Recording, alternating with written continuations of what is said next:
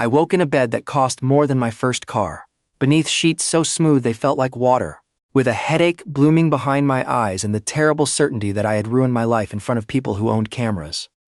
For several seconds, I did not move. I stared at a ceiling the color of winter milk and tried to remember whose room had windows tall enough to hold the whole city. Rain whispered against the glass. Somewhere nearby, a clock ticked with the calm of a thing that had never been humiliated. Then a woman's voice said, "You cried for me all night."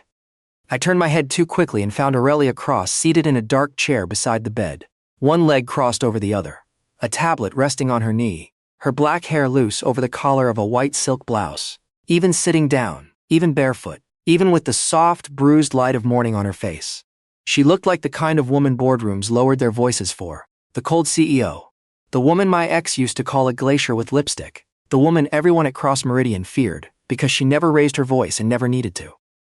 I pulled the blanket to my chest so fast the fabric snapped. "I what?"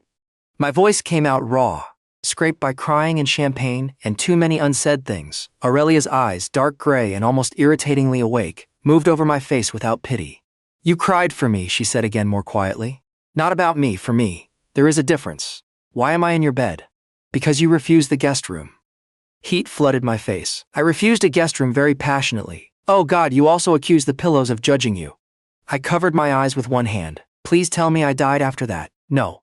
You slept for 4 hours, threw one pillow at the wall, asked if I ever got tired of being lonely, and then apologized to my lamp."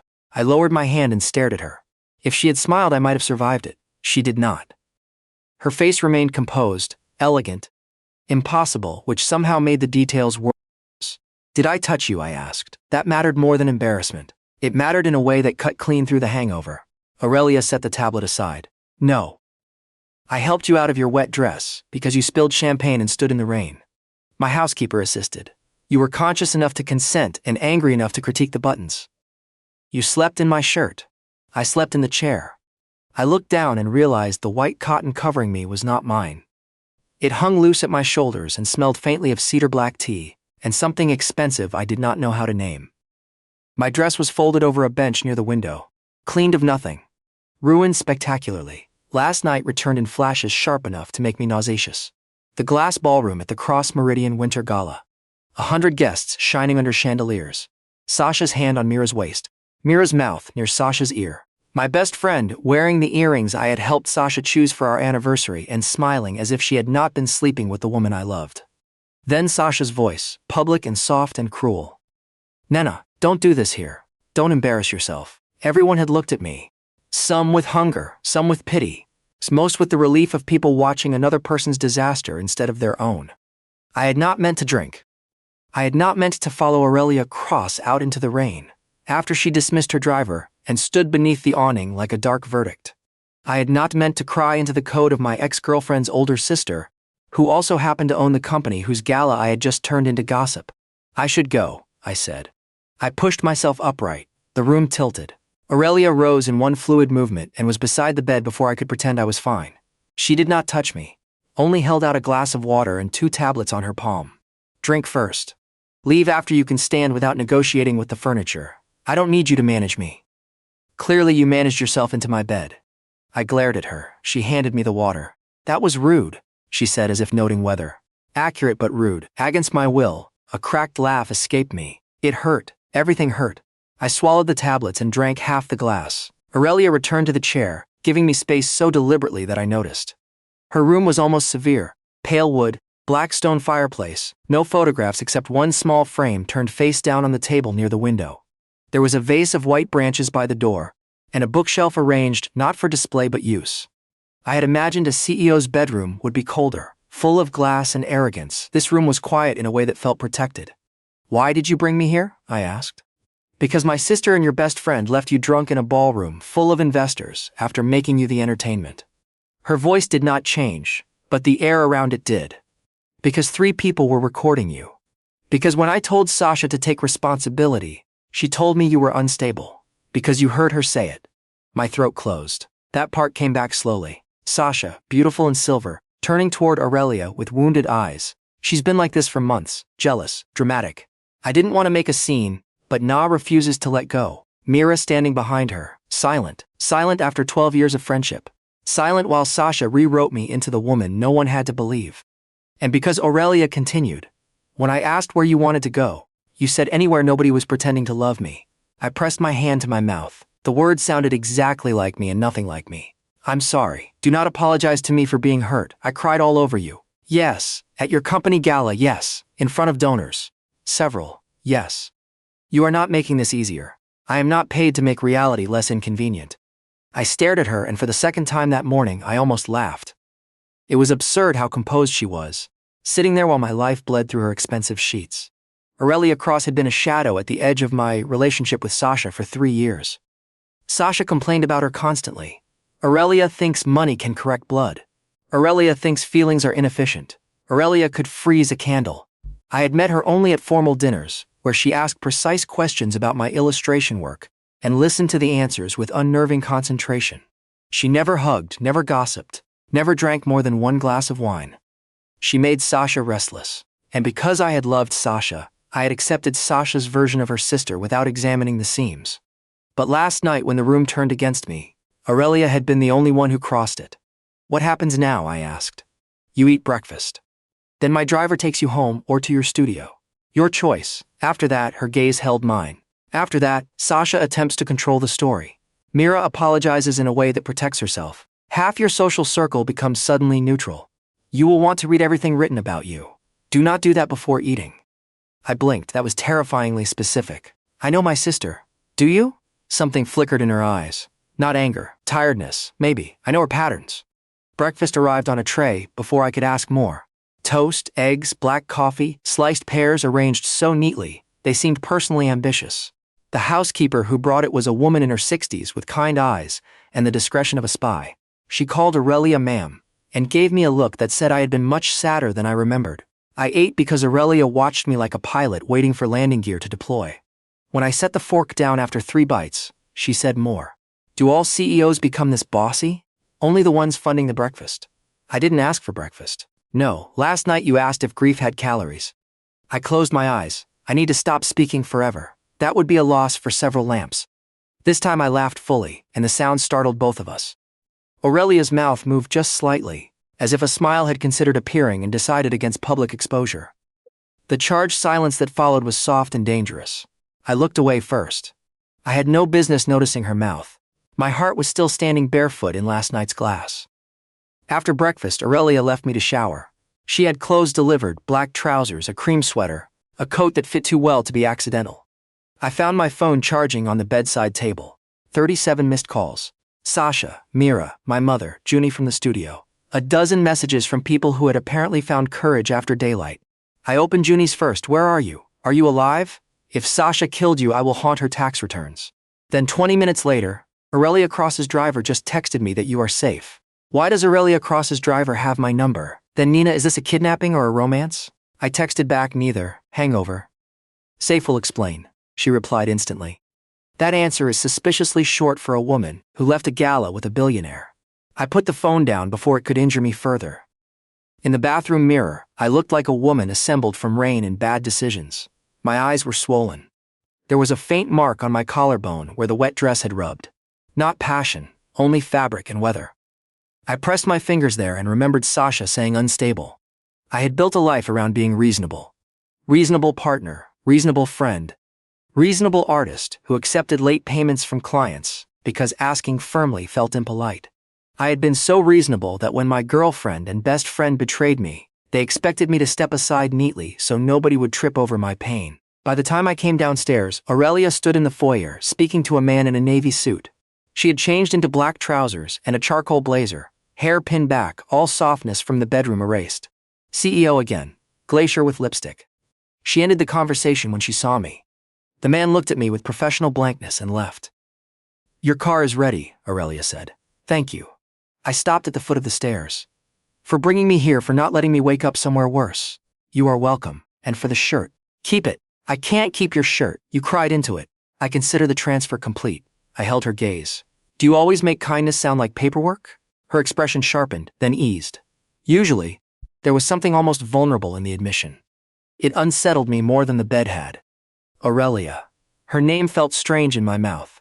I had always called her Miss Cross when forced into family dinners, while she called me nah in a tone that made Sasha roll her eyes. Why did I cry for you? For the first time, she looked away. The foyer windows cast winter light across her profile, clean and pale. You said Sasha never saw me either, she answered. You said she made both of us into roles that served her.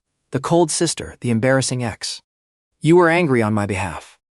I remembered a fragment of myself gripping her coat lapel, rain in my eyes, saying, she talks about you like you were born without a heart.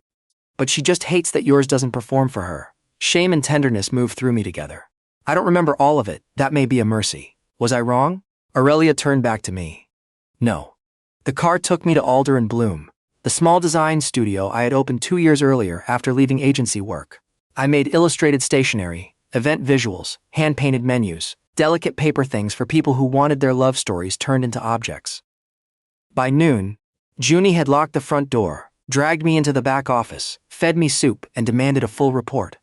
She listened with her elbows on her knees, purple curls falling forward, eyes narrowing more with every sentence. When I reached the part about waking in Aurelia's bed, she held up both hands. Pause. Did she touch you? No. Did you want her to? Junie, I am asking for safety and drama. I wanted to disappear. That is not no. It is not yes either. She sat back. Fine. Did she behave like a predator? No, she behaved like a very expensive emergency blanket. That is possibly the hottest sentence you've ever said. I groaned and covered my face. My girlfriend cheated with my best friend. Your ex-girlfriend and your ex-best friend. Language matters. She was right, which annoyed me. Junie had been trying to tell me for months that Sasha treated my heart like a waiting room. I had defended her.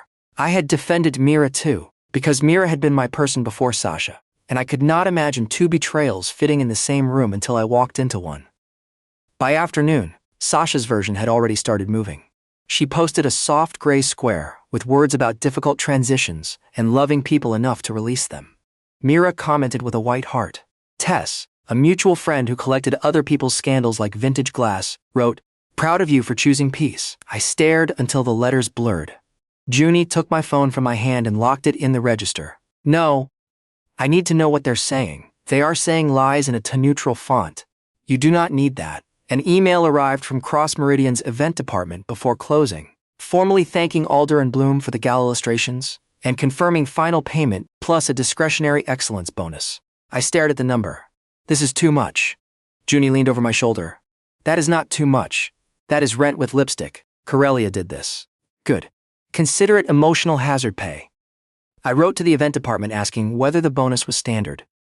The reply came from Aurelia herself 12 minutes later. It is standard when a contractor's work is disrupted by misconduct from the hosting family.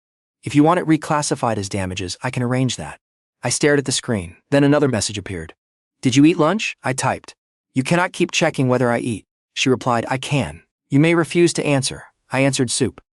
Junie made me. Aurelia wrote, Junie has better judgment than you did last night. I should have been offended. Instead, I smiled small and unwilling, and Junie saw.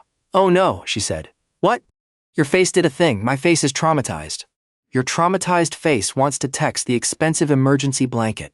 Please stop calling her that. Never. The days after betrayal are made of administrative violence. I changed passwords, removed Sasha from the studio billing account she had once helped me set up, arranged to collect my things from our apartment through a courier because Aurelia was right. Sasha wanted a scene, and I had no more public blood to give her. Misa sent a message on the third day. I know I don't deserve forgiveness. I just need you to know I miss you. I laughed so hard I cried. Need from Mira had always been a velvet rope. She needed reassurance, introductions, my notes, my couch, my forgiveness in advance. I wrote nothing back. Silence was the first boundary I could afford. Aurelia did not disappear. That was the problem. She did not overwhelm me either. That was the bigger problem. She occupied a precise distance. To text at night. Door locked. A courier with my sketchbooks from Sasha's apartment, and a note from Aurelia's assistant listing every item recovered. A recommendation for a lawyer phrased options, not instructions.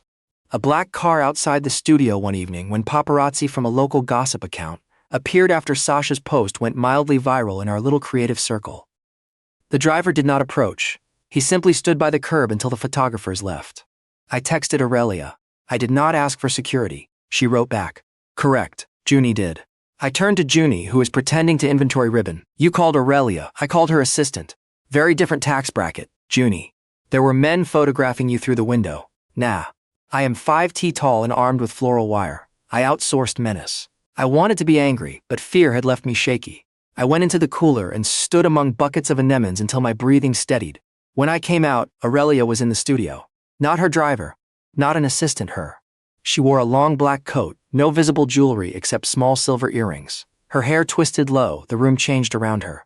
Junie looked from her to me and whispered, "Menace upgraded." Aurelia's gaze moved over my face. "Are you all right?" "I'm annoyed." "Good." Annoyed is responsive. "You sent a car." Junie requested help. I provided the least intrusive version available. "You showing up is least intrusive." "No, this is personal." The studio went very quiet. Junie coughed once and announced she needed to check the alley for suspicious hydrangeas. She left through the back, coward. Aurelia stepped closer but stopped well outside my space. "Sasha has contacted a reporter she knows. She intends to give an interview about emotional abuse and your instability." The floor seemed to dip. "What?" "My communications director found out before it was scheduled." "Of course you have a communications director who hears gossip before it becomes weather." "Yes." "What did you do?" "Nothing yet." I stared at her. "Yet it is your story. I will not correct it without consent." Something in me still raw from being managed by people who claim to love me softened despite itself. "What are my choices?" "Ignore it. Though silence will be interpreted by people who enjoy cruelty. Release a brief statement through your own channels. Have your lawyer send warnings if false claims are published. Or meet Sasha privately with counsel present and make clear what evidence you possess." "Evidence?" Aurelia's face cooled. "Security footage from the gala. Messages Sasha sent to my assistant asking that you be removed if you became emotional. Witnesses. The hotel corridor camera showing her and Mira together before the public confrontation." My stomach turned. "You have all that?" "What?" "I own the building and you waited to tell me." "I am telling you now because she moved first and before that, I wanted to spare you more images." Her control slipped on the word images. I suddenly understood that she had watched them not as CEO, not only as sister, but as the woman who had held me while I cried. She had seen proof of Sasha's cruelty and carried it quietly until strategy required disclosure. "I don't want to see them," I said. "Then you won't." "I don't want to be a headline. Then we make the threat too expensive." She held my gaze. "If you allow it." That was how I found myself in Aurelia Cross's office 2 days later. Sitting between my new lawyer and a PR consultant, who spoke with the serenity of someone who had survived worse scandals than mine before breakfast. Aurelia did not sit at the head of the table. She sat across from me, making herself one participant rather than the center. Her office was all dark wood, pale rugs, and winter light, with one abstract painting that looked like a storm seen from underwater. "Sasha will say, 'I seduced you into public behavior,'" I said, looking at the draft statement. "She will suggest it," the consultant said. "We will not repeat the suggestion. She'll say I chased her. The timeline refutes that. She'll say, 'I'm bitter,'" Aurelia spoke. "Then you are bitter. Betrayal tastes bitter. The mistake is believing bitterness makes you unreliable." I looked at her. Everyone else kept reading papers, but the room narrowed to her face. "You sound like you know." "I do." Later after the meeting, I found her standing by the window, looking down at the city as if it had disappointed her in a familiar way. "Who made you bitter?" I asked. Her reflection looked back before she did. "My father, my husband, my sister, in smaller doses." "You were married briefly, publicly, badly." I had never heard Sasha mention a husband. Then again, Sasha spoke of Aurelia as if she had been carved from ice at 35 and installed directly into a boardroom. "What happened?" Aurelia turned. "He married me for access, cheated for sport, and told everyone I was too cold to love." The narrative was efficient because people already believed it. The simplicity of the confession hurt. "I'm sorry. It was 12 years ago." "That doesn't mean it stopped mattering." Her expression changed just slightly. A woman surprised by tenderness she had not requested. "No," she said, "it doesn't. I wanted to touch her then, not in gratitude, not in confusion. I wanted to take the careful distance between us and fold it away. That terrified me enough that I stepped back. Thank you for helping me." "You are not a project, Nina." No. "Then what am I?" The question slipped out before caution caught it. Aurelia looked at me for a long moment. The light caught the silver near her temple, the small tired line beside her mouth. The restraint she wore like armor. Someone I am trying very hard not to want at the wrong time. She said I forgot how to breathe. She did not move closer. She did not soften the confession with charm. She simply placed it between us and let it be true. "Aurelia, you are grieving, angry, exposed. My sister hurt you. Power is uneven in too many directions to count. You think I don't know that? I think knowing does not always protect us from wanting comfort. Are you comfort?" A shadow of humor crossed her face. Historically, no one has accused me of that. I did apparently all night. Her mouth almost curved. You did. The almost smile faded. That is why I must be careful. I hated how much I respected her for it. I hated more that respect felt like another kind of attraction. Careful doesn't mean distant forever, I said. No, good. My voice was too quiet, because I am tired of losing every room before I enter it. Aurelia's gaze deepened. Then we begin by making this one yours. The statement we released was short. It did not name cheating. It did not mention Mira. It said that after a private relationship ended publicly at a professional event, false claims would be addressed legally, and that I asked for privacy while continuing my work. It was boring on purpose. Sasha hated boring. She wanted drama, and we gave her stationery. The interview vanished from the schedule. Tess stopped commenting online. Mira sent another apology longer this time, saying she had felt invisible next to me for years. That Sasha had made her feel chosen. That she understood now how ugly envy could become. I read it once and did not answer. Understanding did not obligate me to reopen the door. Work saved me in pieces. Aurelia's company commissioned me for a rebrand of their foundation's annual report. Then 3 independent clients found me through that work. I spent long nights drawing botanical borders around stories of women entrepreneurs, survivors, artists. Junie expanded her role from studio manager to emotional dictator. She labeled shelves bullied vendors and once asked Aurelia while accepting a delivery of archival paper whether billionaires got warranty coverage on their trauma. Aurelia looked at her and said, "No, we pay retail." Junie later described this as a breakthrough in icy humor. Aurelia visited the studio under increasingly transparent excuses. First to review proofs, then to deliver documents, then because the coffee shop next door had good espresso, despite the fact that I had seen her driver bring her espresso from 3 neighborhoods away. One night near 11, she arrived while I was alone, sleeves rolled, ink on my wrist, surrounded by rejected sketches. "You are overwork," she said from the doorway. "Hello to you too." "Hello. You are overwork and you came here after a board dinner to criticize my time management." "No, I came because you sent a proof labeled final desperate, PDF." I looked at the screen. That's a standard industry term. It is a cry for help in file name form. She crossed the room and set a paper bag on the table. "Soup, Aurelia, eat. You cannot command me with broth. I can attempt it." I took the soup because I was hungry, and because the way she noticed my hunger was becoming unbearably intimate. She sat across from me, not touching the sketches until I nodded permission. That had become one of her habits, asking without always using words. She sorted through the pages slowly, pausing at the one I hated least. "This," she said. "It looks unfinished. It looks alive." I leaned over. The design was looser than my usual work. A vine breaking through a formal border, leaves spilling into the margins. The brief wants elegance. Elegance without risk is decoration. I looked at her over the paper. "Did you read that in a CEO handbook?" "No. I learned it from women who mistook control for safety." The air shifted again as it always did when she let me see under the ice. "Is that what you do?" I asked. "Yes. Does it work professionally and personally?" "No." She said it without drama, which somehow made it more devastating. I reached across the table and touched the back of her hand. It was the first time I had initiated contact without crisis. Her fingers went still beneath mine. She looked down as if my hand were a language she knew, but had not heard in years.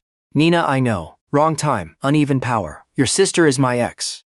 I have the list memorized. Then why are you touching me?" "Because I want to. Because I'm sober. Because you're not rescuing me from anything right now except bad design choices." A breath moved through her, not quite a laugh.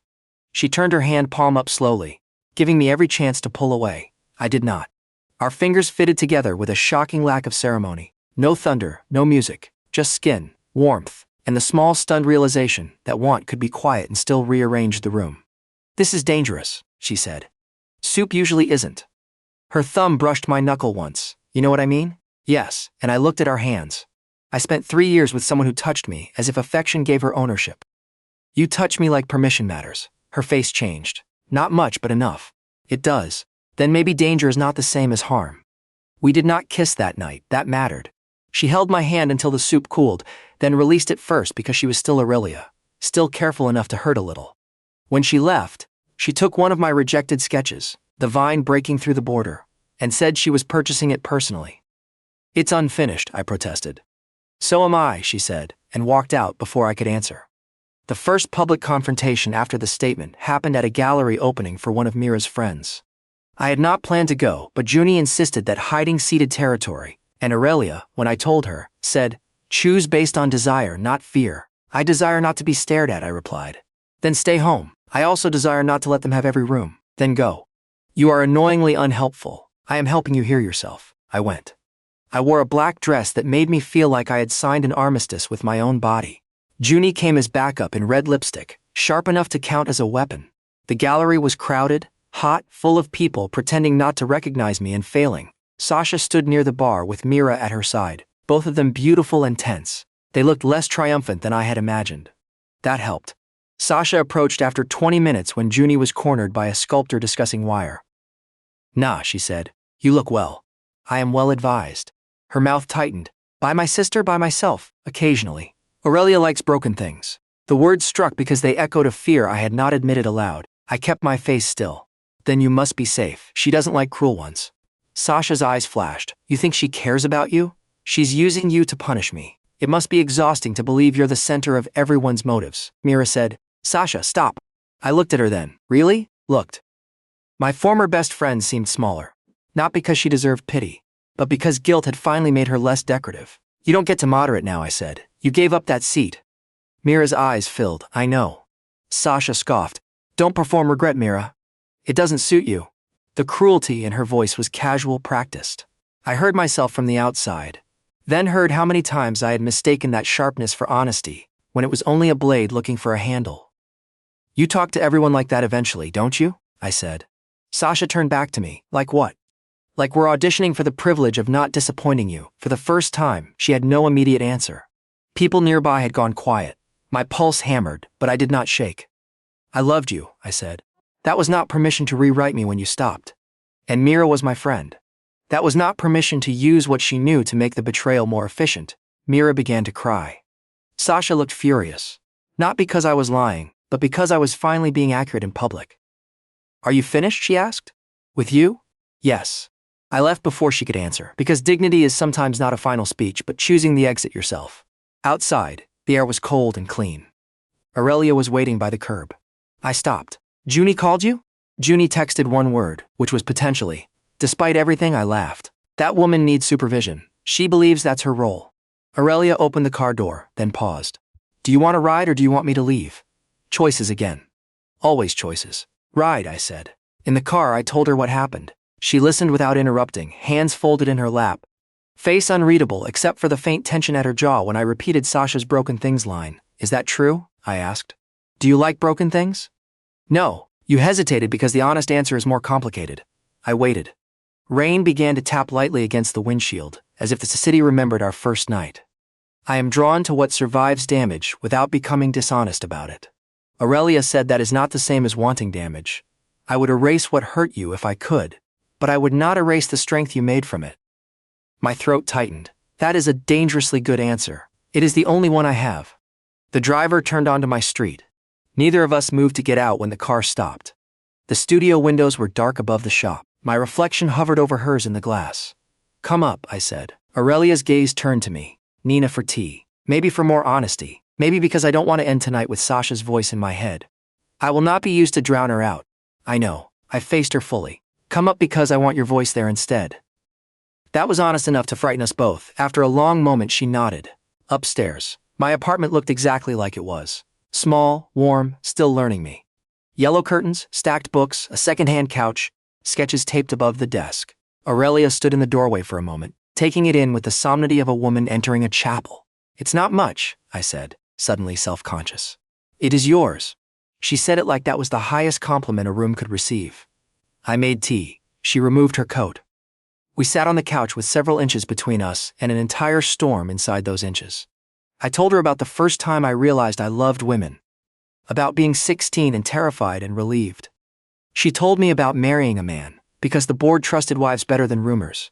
Because her father called queerness a phase rich girl survived. Because she had believed for too long that wanting less made her safer. I turned toward her horrified. Sasha never told me. Sasha was 8 when I married, 12 when I divorced. She remembers scandal, not context. And you never corrected her. By the time she was old enough to ask, she preferred the villain she had been given. I wanted to reach for her again. This time I did. I touched her cheek, fingertips brushing the place where control lived like a second skin. You didn't deserve that. Her eyes closed briefly. When they opened, the cold had thinned. Neither did you. The distance between us changed. She looked at my mouth, then away, fighting herself with visible discipline. Ask, I whispered. Her eyes came back to mine. May I kiss you? Yes. Aurelia kissed me like a woman who had spent years mastering restraint, and finally found a reason to set it down carefully rather than drop it. Her mouth was warm, firm, devastatingly gentle at first. I curled my fingers into the edge of her blouse, not pulling, just holding proof that she was real. When I parted my lips, she made a quiet sound that went through me like heat. But even then, her hand rose slowly to my waist, pausing until I leaned into it. Permission again and again, woven through the kiss until desire felt safe enough to become desire. The world narrowed to the rain. The couch, her breath against my cheek, the faint taste of tea and restraint. When we separated, her forehead rested against mine. We should stop, she said. Her voice had lost its polished edge. Probably that is not agreement. No. She laughed then softly, almost helplessly, and the sound was so rare. I kissed her again just to feel it disappear against my mouth. We did stop eventually. Not because we wanted to, but because wanting did not need to prove itself all at once. She stayed until midnight, then left after kissing my knuckles at the door like a woman from another century and texting me from the car. Door locked, I replied. Door locked, she wrote. Good. I am trying to be noble and finding it irritating. I smiled into my pillow for the first time in weeks. Spicy, I learned, did not have to mean careless. With Aurelia, desire was a room built slowly, with exits clearly marked and windows open to air. The first time she stayed the night at my apartment, we did not sleep together in the way gossip would have hoped. We fell asleep on the couch after a documentary about women architects. Her arm around my shoulders, my hand resting over her heartbeat. I woke at 3 to find her looking at me. Creepy, I murmured. Accurate. What are you thinking? That I want more than I should? My body warmed instantly. And what should you want? Something simpler. Do I look simple? No, then adapt. Her smile in the dark was small and real. Later, after weeks of kisses that left us both quiet and a little shaken, after conversations that made fear less mysterious, after the night Sasha showed up at the studio drunk, and Aurelia waited outside while I told my ex to go home and mean her apology somewhere else. Aurelia and I crossed that threshold too. I will not dress it up for strangers. It was tender. Not because it lacked heat, but because heat was finally allowed to be kind, she asked. I answered. She learned the language of my breath with the same attention she gave contracts and storms. And when emotions overwhelmed me halfway through, she stopped before I had to ask, held me and said, still here. That was what undid me. Not passion alone, presence. The morning after, I woke in my own bed. This time, her shirt wrinkled on my floor, her hand loosely covering mine, sunlight touching the yellow curtains. She opened one eye and said, you did not apologize to the lamp. I buried my face in her shoulder, growth significant. We became public by accident and by choice. Accident first. A photographer caught us leaving a restaurant hand in hand. Aurelia looking murderous and me laughing because Junie had just texted a warning that if the angle was bad, she would sue. Choice came afterward when gossip sites began their usual feeding. Older sister steals ex's girlfriend. CO's revenge romance. Broken artist rebounds into billionaire's bed. I expected Aurelia to respond with lawyers alone. Instead, she asked me to come to her office. On her desk lay 2 statements. One was formal, one was personal. Choose, she said, or reject both. The formal statement protected brands. The personal one said in careful language that we were 2 consenting adults in a private relationship, that my previous relationship had ended before ours began, that harassment of me or my studio would be addressed legally, and that women did not become public property because someone else disliked their choices. I read the last line twice. You wrote this? Yes. It sounds angry. I was restrained. Is there a version where you're not? Several legal advised against them. I looked at her across the desk where my life had once been triaged like crisis paperwork. Do you want to claim me publicly? Her face changed. I want to stand beside you publicly. Claiming is not the word. I put the statement down and walked around the desk. You're getting very good at that. At what? Knowing the difference, she reached for my hand. You taught me there would be consequences if I didn't. We released the personal statement. Sasha called Aurelia 17 times. Aurelia did not answer until the next day when she invited Sasha to a private family meeting with a therapist present. I did not ask how it went. Aurelia told me only that Sasha cried, blamed everyone, then cried again more honestly. Mira left the city for a while. Months later, she sent a letter handwritten on cheap paper. Not because she expected forgiveness, she said, but because she wanted to tell the truth without asking me to hold it. She admitted envy. She admitted she had liked being chosen by someone who had chosen me first. She admitted it had made her feel powerful until it made her feel small. I kept the letter in a drawer for 3 weeks, then wrote back one sentence. I hope you become someone who never needs to steal warmth to feel seen. That was all I had. It was enough. The foundation annual launch became the final test. Though I did not know it when I accepted the commission. Cross Meridian was funding grants for independent women-led studios, and Aurelia wanted Alder and Bloom to design the visual identity. I worried people would call it favoritism. She insisted the selection committee review blind portfolios. Mine won. I still worried. Healing does not remove suspicion from the body. It only teaches it to check facts. The launch took place in a renovated theater with velvet seats and a stage framed by my illustrations. Vines breaking through architectural borders. Flowers growing over ledgers. Black ink softened by gold. It was the first major event where Aurelia and I arrived together. She wore a white suit, I wore green. Brave again, but for myself this time. Her hand rested at my back as cameras flashed, not pushing, not steering, just present. Sasha attended because she still sat on one family board, and because consequences in wealthy families rarely involve total disappearance. She looked at me with something like grief. Not ownership, not fury, grief. During the reception, she approached alone.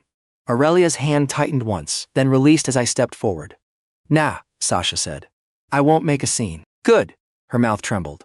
I'm sorry for what I said about you, for what I made people believe, for leaving you there. I watched her carefully. The old part of me wanted this apology to repair the past retroactively, to make my former love less cruel, and therefore my judgment less wrong. The newer part understood that apologies could be true, and still arrive too late to be useful in the way the apologizer wanted. Thank you for saying that, I said. Sasha swallowed. Do you hate me? I thought about it. Not today. She winced but nodded. Fair. Her eyes moved briefly to Aurelia, then back. She looks different with you. So do I. Yes, Sasha said softly. You do. She left without touching me. I felt Aurelia approach before she spoke. Are you all right? Yes. Accurate. I smiled. Accurate. On stage later, Aurelia gave a speech about creative independence and women building structures that did not require permission to stand. She spoke with the same calm authority she used in boardrooms. But when she mentioned the artists who make beauty from rooms that tried to silence them, her eyes found mine, not long enough. After the event, when guests had gone and staff were clearing glasses, I stood on the empty stage beneath my own illustrations. Aurelia came up the steps slowly. The theater smelled of velvet dust, flowers, and champagne. You cried for me the first night, she said. I laughed softly. Apparently I still dispute the details. You asked if anyone ever held me without wanting something. The laugh left me. I had no memory of saying that, but my drunk, devastated self had always been rudely perceptive. Aurelia stopped in front of me. I didn't answer then, and now her eyes, gray and unguarded, held mine. Now I would say yes. My throat tightened. Good. You also asked if I would still be cold if someone stayed long enough. I was very nosy while unconscious. You were awake, just dramatic. And what's the answer? She took my hand and placed it against her cheek. Her skin was warm. No, she said. Not with you. The theater seemed to hold its breath. I thought of the bed where I had woken terrified, her chair beside it, the shirt she let me keep, the water, the breakfast, the choices. I thought of Sasha's voice turning me into a cautionary tale, and Mira's silence making betrayal efficient. I thought of every careful step Aurelia had taken toward me. Never rushing, never claiming, always asking, even when want made her hands unsteady. I love you, I said. Still, she asked, and the vulnerability in that one word was more intimate than any kiss. Again today, differently than yesterday. Probably worse tomorrow, her mouth curved. Worse for my dignity? Yes. Aurelia leaned down, stopping just before our mouths touched. May I? I smiled. Always ask. But yes. She kissed me on the empty stage under vines and flowers I had drawn with my own hands in a building paid for by her name but made warm by mine. There was nothing cold about her then. Nothing performative about me. No audience we needed. No scandal we had to outrun. No betrayal still defining the shape of my body. Only Aurelia's hand at my waist, my fingers in her hair, and the steady knowledge that the woman whose bed I had woken in by accident had become the woman I chose with every part of myself awake. Later that night, back in her penthouse, I found the white shirt folded in a drawer she had cleared for me. You kept space, I said. Yes, presumptuous, hopeful. I touched the fabric. I was so embarrassed waking up here. You were alive. Embarrassment was secondary, and you slept in the chair. You needed the bed. I turned to her. The city glittered behind the windows, all sharp light and distance. But the room no longer felt like a place I had crashed into. It felt like somewhere that had learned me. Come to bed, Aurelia. Her eyes darkened. Are you sure? Yes. Not because you need comfort. I do need comfort. But I also want you. Those can both be true. She crossed the room slowly. You are very fond of that answer. It is often accurate. She laughed and I pulled her down to me. Not as rescue, not as revenge, not as proof that I had been worth wanting all along, though I was. I pulled her down because love had become ordinary enough to ask for, and extraordinary enough to still scare me. In the morning I woke before her. Rain moved softly over the windows. Aurelia slept on her side, facing me, hair loosened over the pillow. One hand open between us, as if even in sleep she was offering rather than taking. I placed my fingers in her palm, her hand closed around mine. You cried for me? She murmured without opening her eyes. And now, I asked. Her thumb brushed my knuckle. Now you stay for yourself. I looked at the city, at the rain, at the bed, that no longer felt like a crime scene of my humiliation, but a room in a life I was choosing. The old story had begun with betrayal, with my ex and my best friend turning my pain into performance. But that was not where it ended. It ended, or maybe began properly, with a cold CEO who let me cry, gave me water, slept in a chair, taught me the shape of careful desire, and waited until I could tell the difference between being saved and being loved. I squeezed her hand. Yes, I said. I do.